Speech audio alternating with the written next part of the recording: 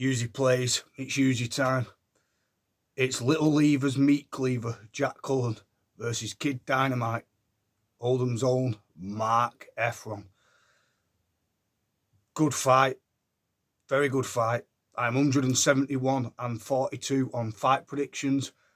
171 right, only 42 wrong. But I guessed them all. Let's get to this fight. This is going to be a cracker. While it lasts.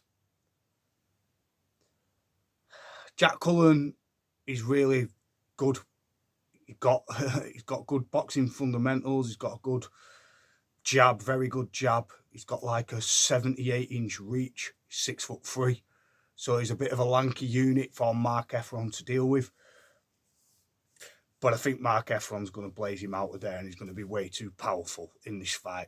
It's maybe a generic thing to say. Heffron's just going to blow him out of the way, but I think after what he's done to Lennox Clark, all the trials and tribulations, the experience of losing to Liam Williams and Denzel Bentley, and they were both good schoolings for him. They came at the right time because they made him better. They were good pedigrees to lose into good boxers. Liam Williams, exceptional, and Denzel Bentley, very skillful and fast, and a lot of reflexes. Heffron's been beat by a lot of better fighters than what I would say Jack Cullen has. Although Jack Cullen's lost to Felix Cash, so that's a good schooling and a whoop down for him to learn from. Yeah, he cashed out, but yeah, that was a tough fight for him, and he's lost to Diego, and Sergio, and Diego Cepeda and Sergio. So he's lost a few, but he doesn't have a great knockout ratio. And just looking at the experience, I mean, facts are facts. Mark Heffron's like 71% knockout ratio, TKOs, a lot of experience now under his belt, a lot of experience. Losing to Liam Williams was the blueprint, and I in fact think that made him better because he got a good schooling that night, and he's come back.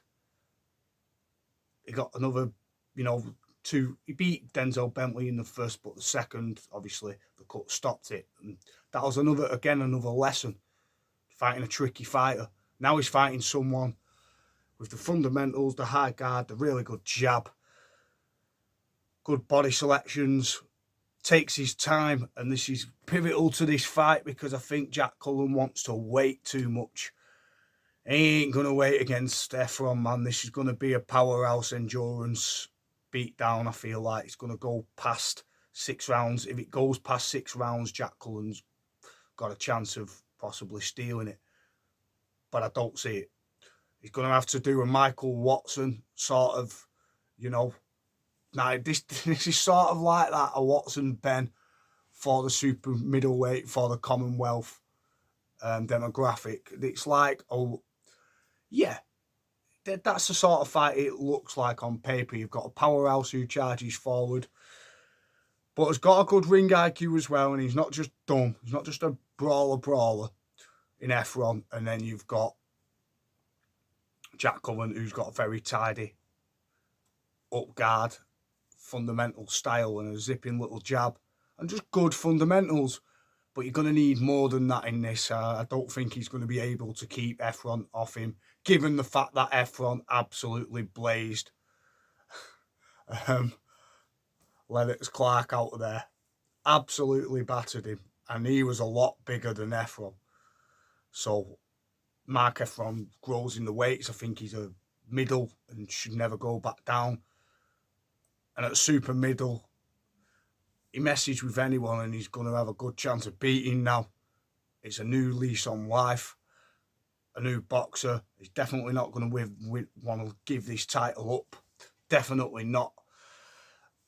And I just feel at this stage, Heffron's going to be too powerful. He's going to be too powerful.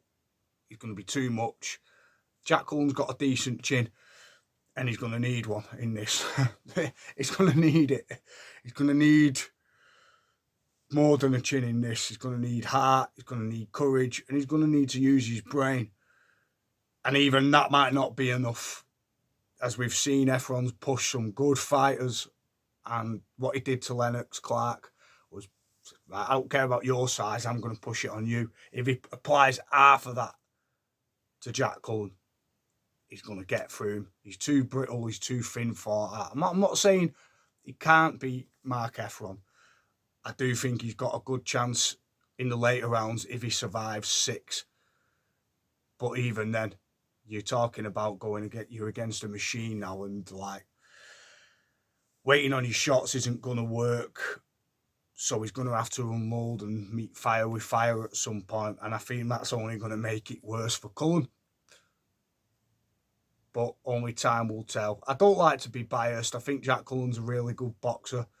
Like, little lever, meat cleaver. That's a damn good tag. Yeah, but he's going to meet his maker against Heffron. I feel he's going to get beat.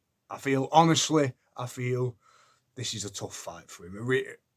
After the losses he's had, I feel the calibre, the experience is with Heffron. I'll leave it at that. Heffron's going to be too much for Jack Cullen. Too much experience now, too much fire in the belly to want to keep that title, to want to keep up the good winning streak. And he's getting there, one thing, but staying there, that's a new burn, that's a new motivation, and I think Heffron's going to obliterate this kid. But, listen, good fight. And that's what you want. You want a good style clash between the fundamental and the aggressive power puncher. I'm going with a power puncher on this. Normally I go with a boxer. The boxer always beats the brawler. It's a good brawl. Not in this case. Not on this one. On this one, I'm definitely going to go with Heffron in round. I'll give Jack Cullen the benefit of the doubt because he's a pretty good boxer. Round 7. 7 or 8, it's going to end TKO or stoppage. Mark Heffron. Peace. Get your comments in.